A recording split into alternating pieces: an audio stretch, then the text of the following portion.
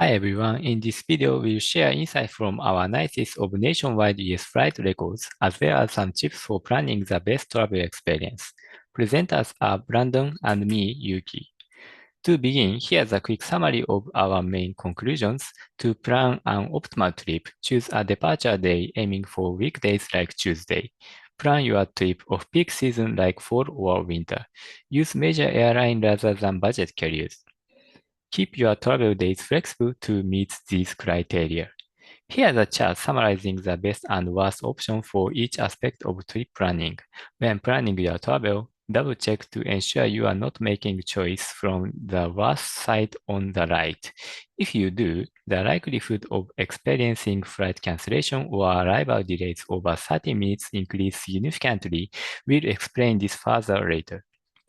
Let's start with an overview of this analysis. After analyzing 3 million flights, we found that 45% flights experience some form of delay or cancellation. Delays and cancellations also bring financial, mental, and even health issues. Since flights typically operate on a daily schedule, we assumed there would be trends associated with certain airports or airlines. With this in mind, we conducted our analysis. Our data spans 3 million US flights from January 2019 to August 2023, a single CSV file, including 32 columns such as dates, airline, airports, scheduled and actual arrival time, and cancellation status. Here's a summary of number of flights that were delayed or canceled. You can see this data is consistent and reliable. This analysis has two parts. We will begin with a nationwide survey of flights about these 4 points and then move on to the Pittsburgh-specific analysis. Starting with the first question, in 2020, the pandemic caused an increase in cancellation, which temporarily reduced average delay times. After that, average has continued to increase consistently. Here's a graph showing the number of cancellations from 2019 to 2023. Next is a graph showing the average day times for departure and arrivals. As the volume of flights rebounded post-pandemic, delay time also trended upward. Moving to the second question, we found that Newark Liberty International Airport had the highest number of departure delays.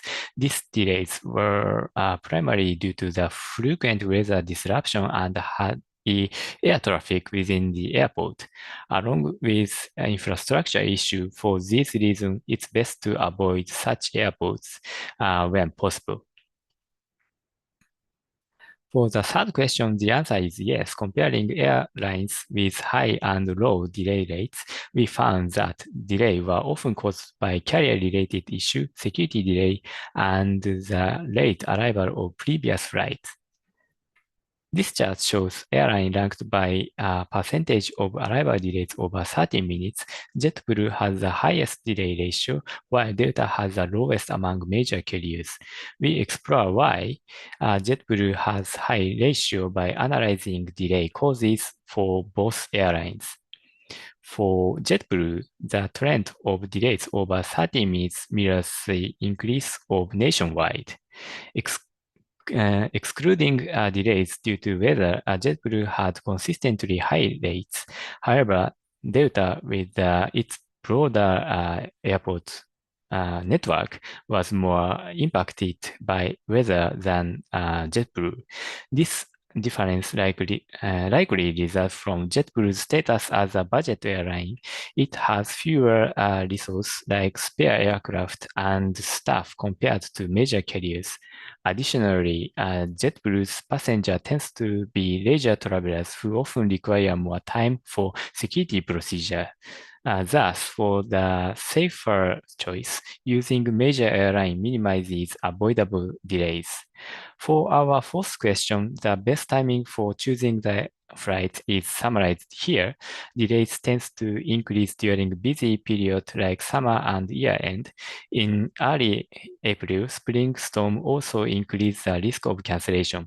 Planning your trip outside these busy seasons is the best choice. For next section explanation, I will pass it to Brandon. So continuing on, Yuki and I wanted to do a concrete example based on pit or airport because that's where we're usually flying out of. My girlfriend lives in New York City and I fly there on a biweekly basis. So I'll take you through how I would have booked a flight before we did this project, and then I'll walk you through how my decision has changed based on the new info we've gained. So we'll take the scenario that I'm traveling over Christmas break. Classes are complete December 17th. I usually like to fly out on the start of the weekend, so Friday. So I'll look at flights for December 20th, which is a Friday. And you can see here, this is the flight that I would have booked. Flying out of Pittsburgh, going to Newark on Friday, December 20th. And I'm flying with Spirit Airlines for $89. Continuing on, we have bi-monthly analysis. Some of the things that we gain insight from during this project aren't going to be applicable based on the time or price you're looking for. For example, we found that November was the best month to travel in, but being that I'm traveling for Christmas break, this doesn't really help us.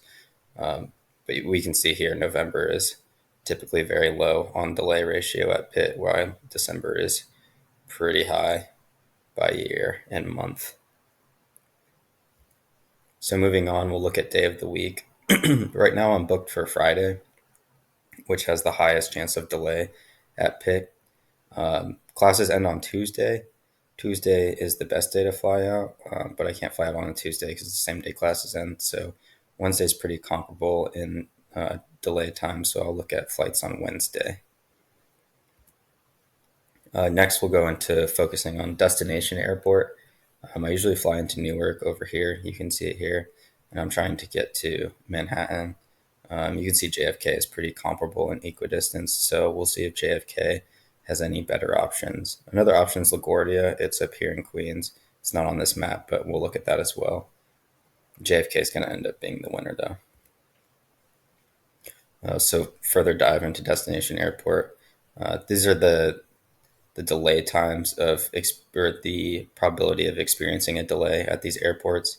You can see LaGuardia, EWR, and JFK are here on the side. And we see JFK has the lowest of those three airports probability of experiencing a delay.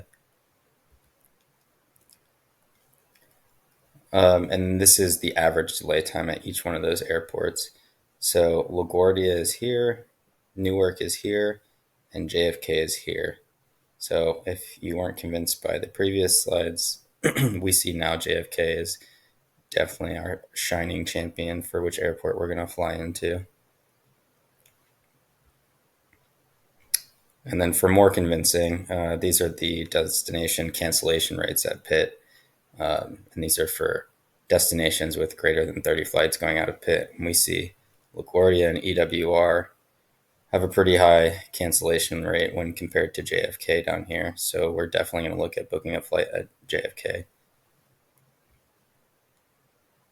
Next, we'll look at the airline we're flying. Right now, I'm flying Spirit, but more than 10% of Spirit's flights out of Pitt are delayed. You can see that right here. The only ones that beat delayed flights at Pitt are Frontier and JetBlue. So we'll look for something that has a lesser delay rate. Also looking at airline cancellations. Spirit doesn't fare too poorly on cancellations, but I'm more worried about a delay, so I'll focus on the delay. Delta was low on both cancellations and delays, so I'd love to book with Delta. I know historically they're slightly more expensive, so we'll see how the cost looks later. Based on all this analysis, I've changed my decision to booking on a Tuesday, December 18th instead of Friday. I'm going to fly to JFK as opposed to Newark or LaGuardia, and I'm going to fly Delta instead of Spirit.